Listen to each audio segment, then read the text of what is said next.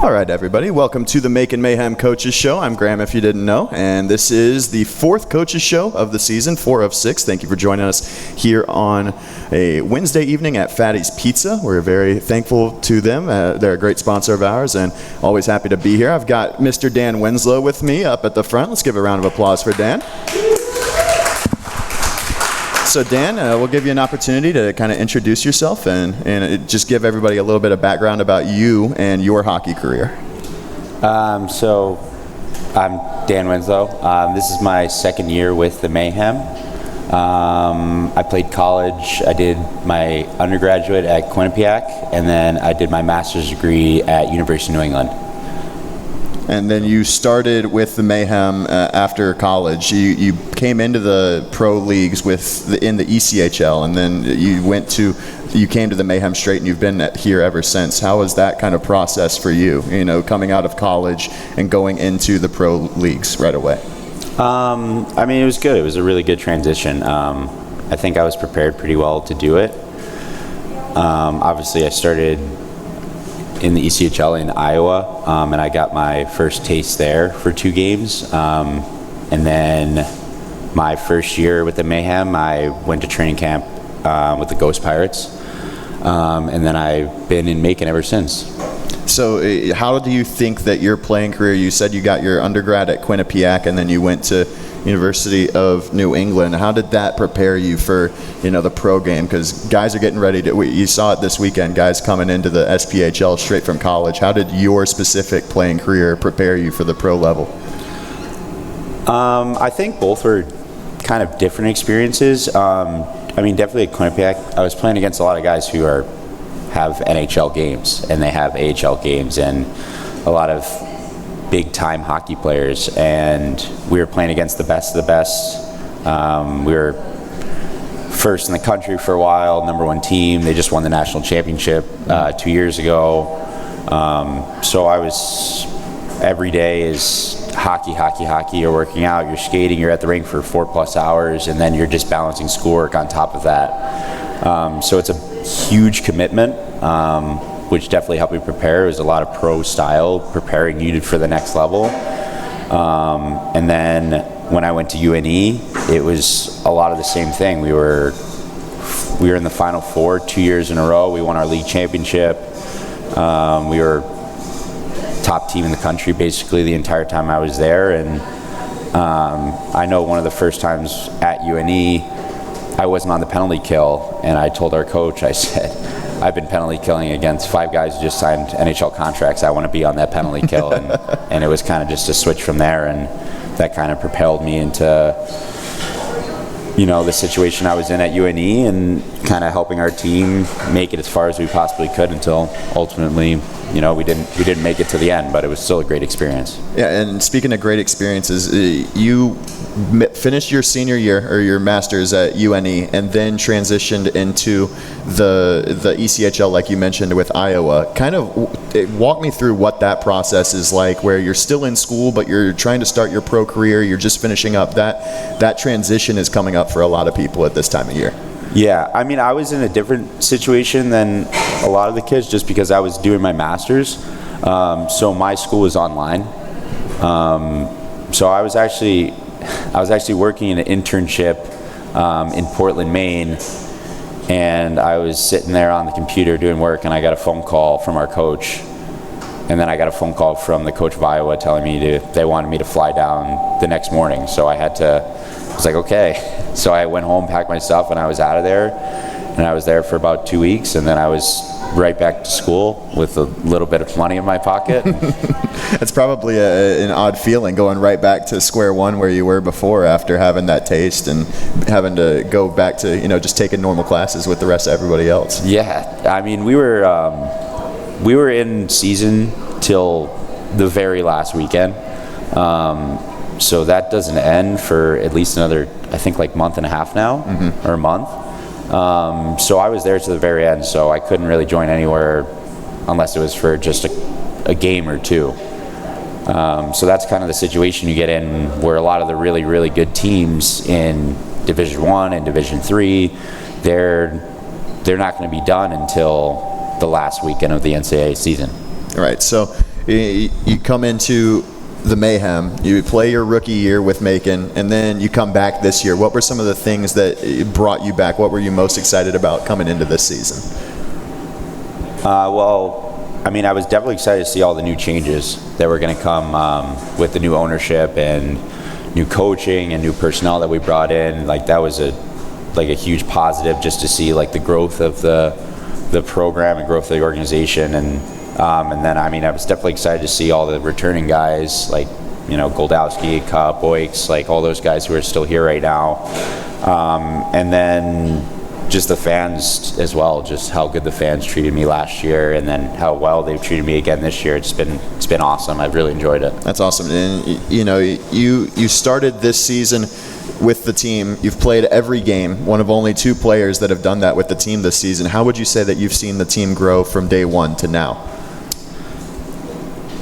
I mean, we've grown in a ton of ways, just growing through either having new personnel or just our players in general. Just seeing a lot of the guys take that next step on the ice, off the ice, leadership, playing more physical, scoring more goals. Jake Raleigh scoring, you know, he's got 10 goals or 9 goals in a short period of time. Like, everyone's just been kind of stepping up to the plate, and you know, we're just trying to work as hard as we possibly can every single night, day in and day out. And so another thing that's a bit different for you this year is that you're one of the alternate captains. How would you kind of describe your role as a captain of the team this season?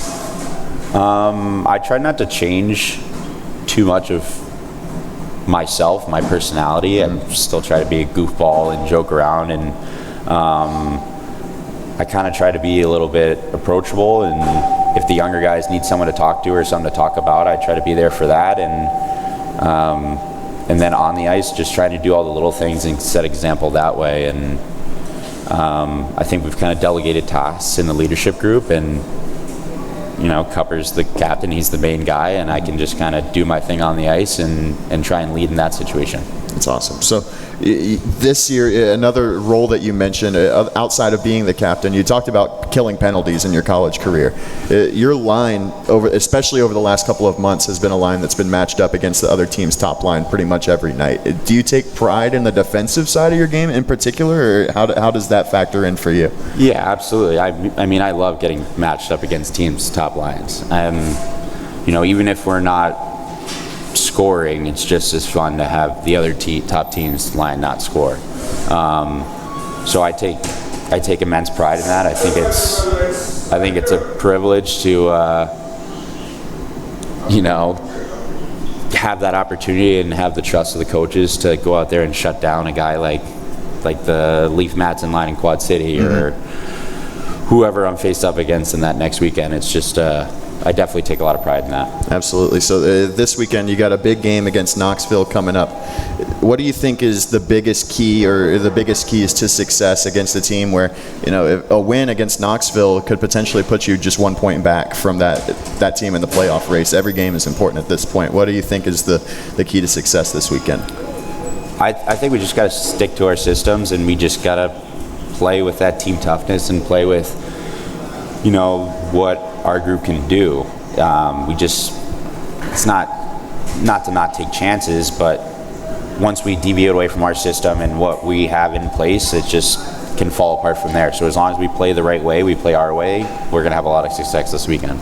So this series in particular, it was supposed to be a 3-3. We talked about in coaches' shows previous how the 3-3s have taken a toll. As of late, there's been less of those, even though you just came out of a stretch with 6 games in 9 days. How would you say the schedule really plays into, you know, what the team is doing on a weekly basis, if they're well rested, and how do you think the team has handled it so far?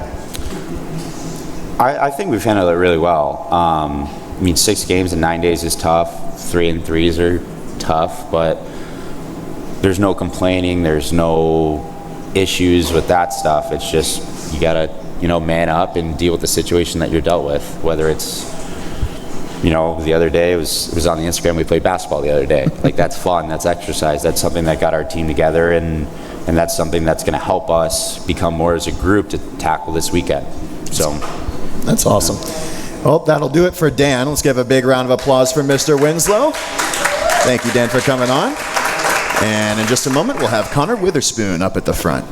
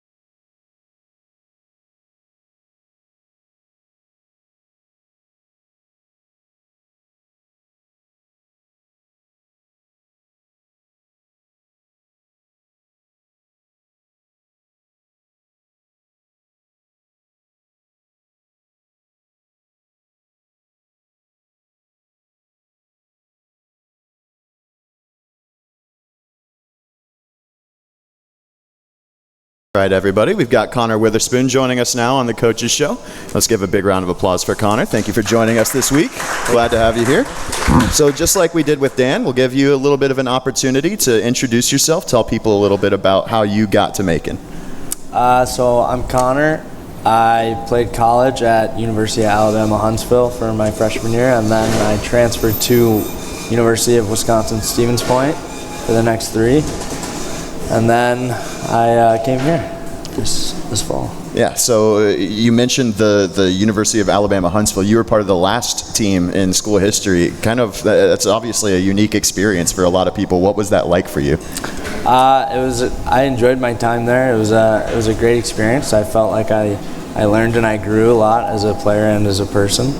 I was upset when it folded, but I had a good time, and I moved on to Stevens Point and had a good time there too. Yeah. So what was the deciding factor? Obviously, that's a massive change to go from NCAA D1 Alabama Huntsville, go all the way to the other side of the country with Wisconsin Stevens Point. What stood out to you about that program, and what helped you make that decision? It was actually a funny story. 2 of my other teammates on Huntsville, actually, we all colluded and we went to Stevens Point together as a trio. That's fun. So you went to University of Wisconsin-Stevens Point, and you started this season with the Mayhem as a rookie. So what was that process like? We talked with Dan how his situation was a little bit unique because he had finished up his master's. But for you, what was the transition from college to pro like? It's been good so far.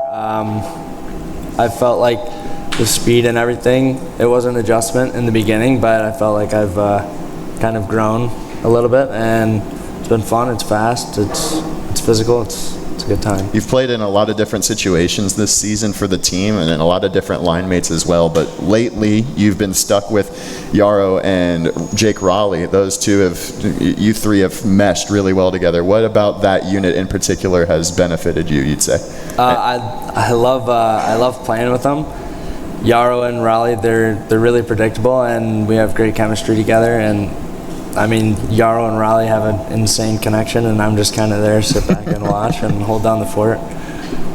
So is there anything in particular about the 3 of your games that makes it work well? What would you say that would be? I think Raleigh has done a great job at getting to the net and finding soft spots on the ice in the offensive zone and putting the puck away. And Yarrow's been great at distributing the puck, and it's been really easy to play with, and it's been great. So this being your first season of professional hockey, how would you sum it up, and is it similar or different from what you thought it would be coming in? It's been fun. It's been great. I've really enjoyed my time in my rookie year, and it's been, I would say it's been pretty much how I expected it to be. Like, it's been hard, it's been physical, the game is a lot faster, and guys are a lot stronger, so it's been great though. That's cool. So the team is pulling up on the playoff picture. The playoffs are just a couple of games away, hopefully, for the team. Every game holds more weight than the last. What parts of your routine or your mindset help you stay grounded into things that have gotten you and the team to this point so far? I just think that we take it day by day. We make sure we have a good day. before we worry about the next thing that's on the agenda or anything. And I think just sticking to what has brought us success, which is like a heavy physical game, a fast game, and bearing our opportunities when we get them, is the key to success in the future. For sure. So what do you think are the most important things to take care of down the stretch in order to stay in the playoff position that the team is in now? I know you mentioned taking it day by day, but would you say that that's probably the most important thing? Yeah, I think so, for sure. Take it day at a time, and take it day at a time, and focus on what we can control, and work hard every day, and hopefully good comes of it. That's awesome. Well, thank you, Conor, for joining us. We really appreciate having you on. And let's give a round of applause for Conor. Thank you. In just a moment, we'll have Dave up at the front. Coach Dave.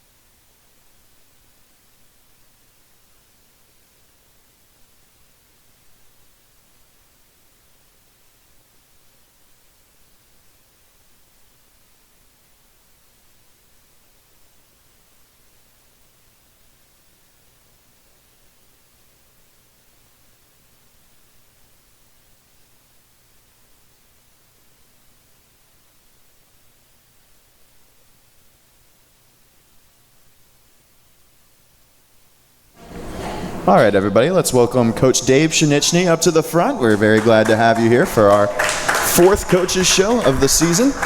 So the last time that we were here, the team was heading into a stretch of 6 games in 9 days. And the team came away with wins in 2 of them, and arguably the 2 most important ones, the ones at the end against Fayetteville. So let's take a jump back to the beginning of that with the series against Roanoke at home. It was obviously a different story from the last time that the team played Roanoke with the win on the Sunday at the beginning of February.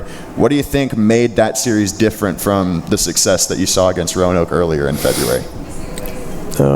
Probably the fact that we just didn't bury our chances, and I know it sounds like a broken record, but that's been probably our MO for the past month and a bit now, since Christmas break, and it's obviously frustrating at times, and it's sometimes you just got to learn. And I felt our games towards the end of that 6-game stretch was a lot better, but we're finding different ways to lose after that, whether it's not scoring on the power play or not controlling a lead. And we were talking about risk management with the puck and giving ourselves better odds. And when you're playing that many games, those are your practices, those are your reps at the time. So whether you look at it and we didn't succeed or we did succeed, I mean, we built and put ourselves in a position for the last 10 games here. Yeah, absolutely. And you mentioned the position. You're in the playoffs position as of right now. Still a little bit of ways to go, about a month left in the regular season. But a big part of why you're in playoff position were 2 big wins against Fayetteville this past weekend. And especially turning it around from a loss against Fayetteville earlier in that week, and then even a loss in Huntsville on Thursday, to be able to make the trip back, turn it around, and get 2 big wins at home. How big is that for the team? Yeah, I mean, we have to protect home ice, right? We got, I think, only 3 more I think it's games? 7-3 is the split. Yeah, 7-3. So I mean, we have to do our due diligence at home, but also we got to get points on the road here because with the imbalance of schedule and different teams playing different other teams, it's not like other leagues where it's dispersed a little bit differently. So yeah, we got to obviously look forward to the lone game this weekend coming up against Knoxville, which long break in between, and you want to carry that momentum. It's almost like if we would have played Fayetteville or had the results of Fayetteville and how we played maybe at the beginning of the 6 games there, maybe there's different outcomes. But those games are in the past, and like Spooner said earlier, like we just got to take it one day at a time. And this is where we're at right now, and I like our opportunity.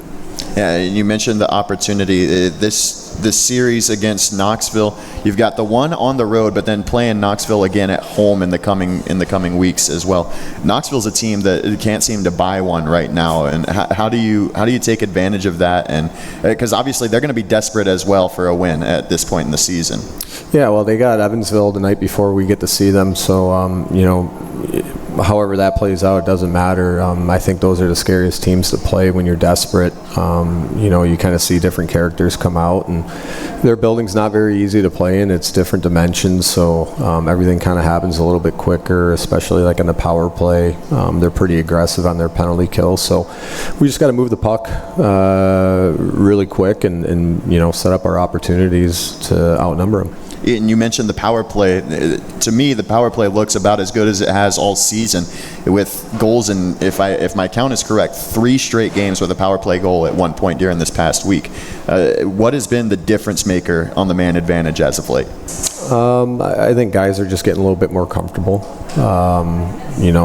We've been kind of giving guys opportunities throughout the season to get on the power play and see what they're able to bring to the table, and sometimes you kind of go through a segment where it's like, okay, are we beating a dead horse, or is there actually chemistry building here? So we like the chemistry that's there, but also at the same time, I don't know if you noticed, but we've been plugging in certain guys in a quarterback position just to give a different look, whether the player has a better knack for getting the puck through from the point.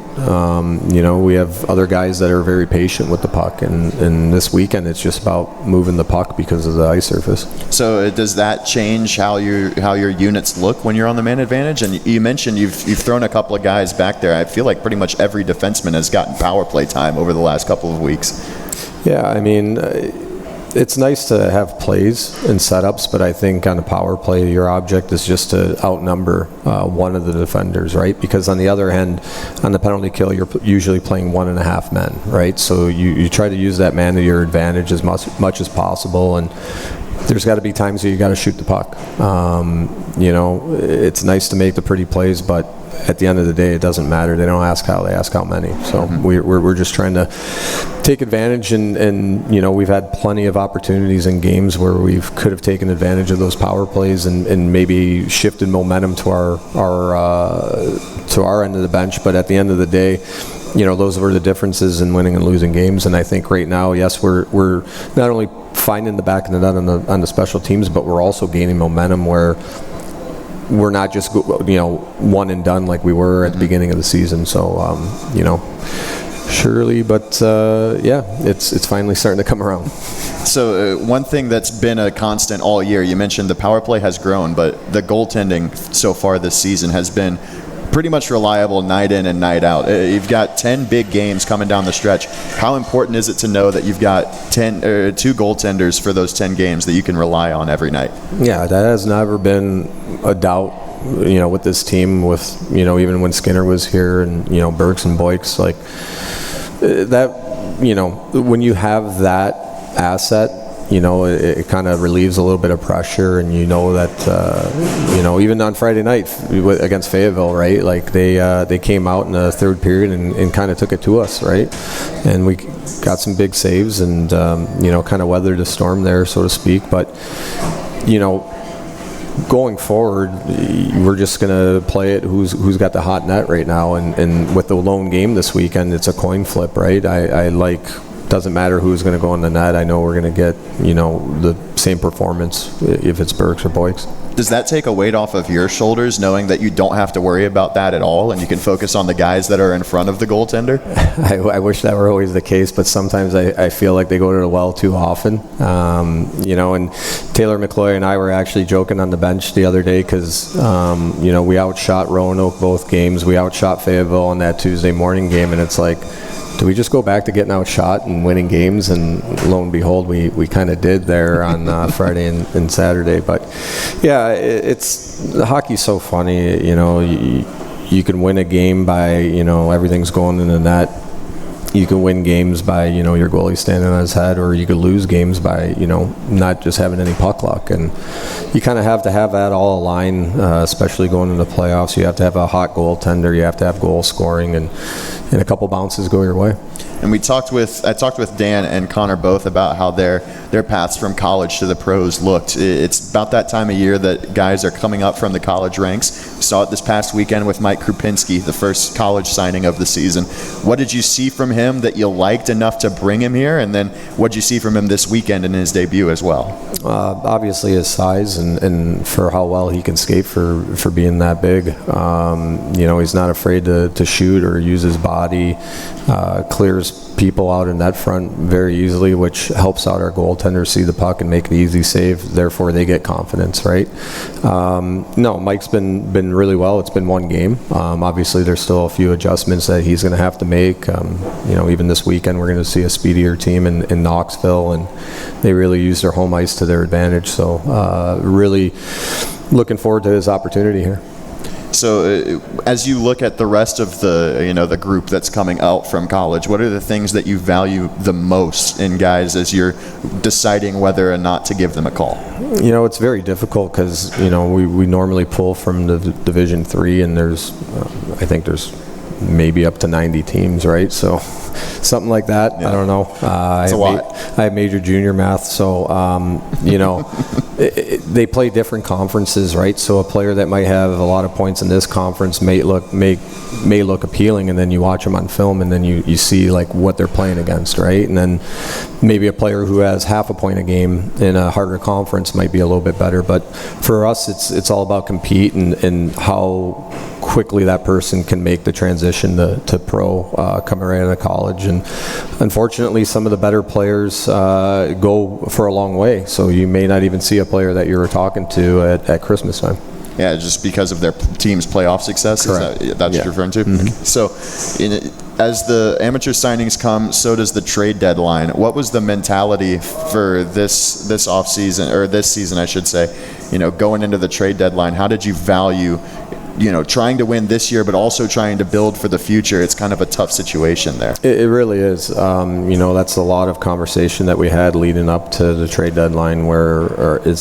Are we putting all our eggs in one basket and going bust, or we're looking to build? And we like the guys that we can build with for years to come that are here. And I felt like every team was kind of holding their cards tight during the trade deadline. I mean, the one trade was just rights for rights, and that's just a gamble at whether the guy comes back from the coast. We made a move. Unfortunately, sometimes it just comes down to a numbers game, and I don't see it necessarily needing to have 8 defensemen, after the trade deadline, because once again, you could bring in, amateurs and college players after that. So yeah, I mean, it's every day is different. I think if you're not in it, you don't understand it, because every day is a new adventure. Mm-hmm. So you mentioned bringing in amateurs, like you said. Is that something that the team is looking to do more of as the season comes to a close, or do you feel like you're kind of happy with the group that you have here? Well, I think it's a tough situation, because I think you end up putting players on pins and needles, and you don't ever want that for your group. But also, too, it's a job, and every day you're competing for your job individually, as weird as that sounds. But like I said, this group has got us to where we're at. If we see an opportunity to make improvement, we will. Otherwise, we're not doing our jobs as a coaching staff. But like I said, it's always a gamble too. A guy might be very good in college and can't make the jump to pro. So sometimes you luck out, sometimes you don't. So the trade deadline, last point on this was the one guy that was brought in from the trade deadline was Frank Trezero, and he's with the team now. What are you most excited about gaining him and adding him into the mix? Well, Frank was before the deadline, but yeah, he was, he finally made his way down to Macon. We were lacking a little bit of size up front, and another guy that could add to our forecheck. Spoon said it earlier, it's kind of been our bread and butter, and we create so many opportunities off of it. Even Goldie the other night against Fayetteville going 1 versus 3 of them, and he finds Raleigh wide open. Those are the things, and those are split second decisions that happen, and all just because of hard work. Frank's going to do well for us, and he's got a little fire under himself, going from where he was to now, and he's I like his character in the sense of like, no, I'm here, like I want to be here. So you always like to hear that from a player after they got traded. That's awesome. So looking forward to this weekend, we talked about the Knoxville game a little bit already, important to move the puck, but we talked with the Conor, and he said that it's important to take it a day at a time. How do you keep guys bought into the systems and the things that have gotten you to this point, even with knowing that every game is super important at this point in time? Well, you just don't try to complicate it, right? We can't really change much going forward, right? Because I feel like once you start doing that, now you get away from what got you to where you're at. So, we're going to touch ice tomorrow in Knoxville and consecutive days leading up to Saturday. But, rest is a weapon, and sometimes not having ice is pretty good. As long as the guys are being professionals away from the rink, which, I don't think we have any issues in that regard. So, just trying to keep focus, and we've been watching video on ourselves, and then, obviously our pre-scout on Knoxville. So, and those will continue up into the weekend here, and then right back to the grind next week. Yeah, absolutely. As the team returns home after the weekend in Knoxville here, you mentioned they're a faster team. Do you think that will open the game up a little bit, or do you expect still more of a physical game if you can control the pace? That's one thing that I thought we've been getting better and better at is, shutting down speed through the neutral zone. A lot of teams are having to get out of their comfort zone without, a lot of teams want to enter the blue line, and we're forcing teams to have to forecheck, and there's not many teams that like to play a forechecking system in this league. So we're going to use it to our advantage as much as possible. Like I said, it's a very difficult building to play in. I've played in it as a player, and we've had some really good teams that have gone there that I've been on, that you come out after the game and you're like, what just happened? And that's home ice advantage. So they always have good crowds. They always play a little bit tougher at home, which is it's expected. So at the end of the day, we just got to manage the puck like we have been over the past couple games. Absolutely, and it's one thing that has benefited the team lately. You mentioned the forecheck; it's resulted in a lot of goal scoring, especially this past weekend. Do you feel like that's the most important thing to keep the goals coming? You mentioned at the very beginning of the segment that sometimes not being able to finish chances has been the difference in games. Do you think that getting to the forecheck is the most important thing to being able to get those chances that are finishable? Yeah, I think being a former defenseman, when you have your back turned to the play and you're chasing it down and you don't know where your outs are, you don't know, do I cut the net? Is somebody going to blow me up on that side of the net? Like, you kind of get into a little bit of a panic mode, and, we're just using that to our advantage, but we're also, you can only create opportunities for the team to score goals, and I thought we've done a good job with our ozone rotations and our forecheck and building off of our forecheck into our ozone rotations, because everything's got to kind of be seamless, even with our transition game, whether it's on an entry or to have to place puck. I feel that people get misunderstood misunderstand that puck possession doesn't necessarily mean the puck's always on your stick. You could put it into an area that somebody's skating in on, and you still have puck possession. So, and then sometimes you just have to cut your loss and put it into the corner and go grind for it. And I like that some of the guys that we've had here throughout the season, you've seen them progress, and now they're starting to understand why we play that system, because now their individual skill set will take over after that. Absolutely. So now we'll open it up to Q&A from the people here at Fatty's. We did have one fan-submitted question, but we'll give the floor to anybody here first if they'd like to ask Dave anything. Got one over here.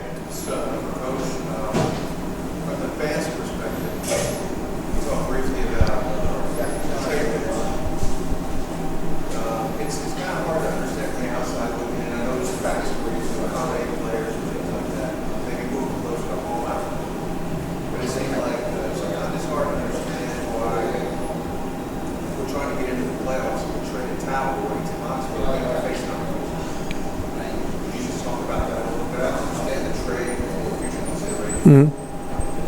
Yeah, no, you know, Tal's a pro through and through, first one there, like really good in the community. But we felt that we have better, you know, as far as size. And sometimes being a smaller player, you have to figure out different ways. You know, looking at stats doesn't necessarily always mean, like, you could look at his stats, any player's stats, and look at it in a biased way or an unbiased way. And kind of where we're lacking with that position, we felt we needed to get a little bit heavier and a little bit meaner, which will then kind of give to the rest of the players that are still here. Yeah, I mean, it makes sense to us coaching staff, maybe not to the outside world. Appreciate it. Anyone else? Anybody else got anything for Dave? We did have one other question that we'll get to before we wrap things up. We got one here. Near the end of the season, you thought about next season and figuring out put on our protection for next season? Yeah, so like the protection list, you know, things can happen differently, you know, whether if the league expands, protection list can be 13, it could be 10 next year, it could be 6. When I was coming into the league with Quad City, I was only able to draft 6 players because we were an expansion team. So each team was only allowed to protect, I think maybe like 10 at the time. So Vermilion County comes in the league 2 years later and they're allowed to pick 10, and it's just like, well, hey, just 2 years ago I was only allowed to grab 6. Yeah. So things happen, you know, and kind of like I said earlier, like every day is different, where I might need a forward tomorrow and then the next day I need a defenseman, I might need a goalie. You know, it's really a 24-hour process, and you always like to have a plan going forward, but also there's discussions that need to be made, you know, at the end of the year. Like, we may want to protect 13 guys and 6 of them might be like, hey, I'm done, I don't want to play anymore, I'm going to go get a real job. Those are things that we won't know until we have our exit meetings at the end of the year.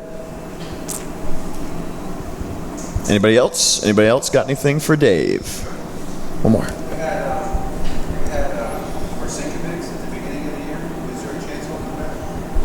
Patrick's. Oh, Patrick. So Patrick's currently he's on the IR for an extended period of time in the ECHL. So don't know how he's going to be after. It's an upper body issue. He had to have surgery. So yeah, that's kind of a toss-up. Would we like to have him back? Absolutely. But, you know, at the end of the day, it's maybe a timing thing. Anybody else? Good questions, though. Anybody else got anything for Dave?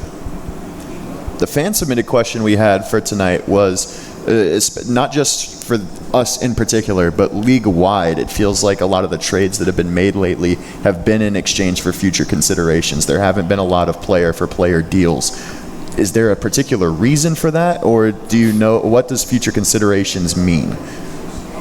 Could mean a lot of things. It could mean something that comes next year. It could be something that comes in the summer. It could be a lot of different things, and I think the more you kind of get creative with it, you could use it to your advantage. There's been future considerations that don't even end up being anything because it just doesn't pan out.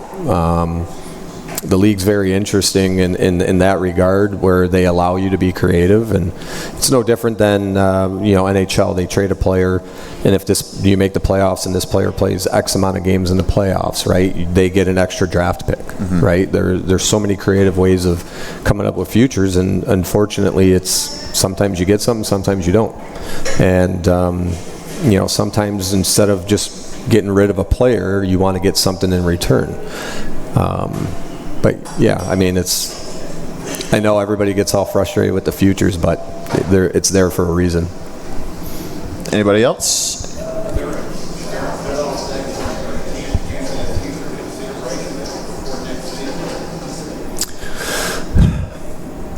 I'll just say it could be like a gentleman's agreement on the side, right? So, sometimes you make moves to better a position for another team because of their schedule down the road that might benefit your team to give you breathing room. I mean, there's no right way to answer this. You always kind of want to get something instead of getting nothing. Let's put it that way. And you could go down a rabbit hole with that.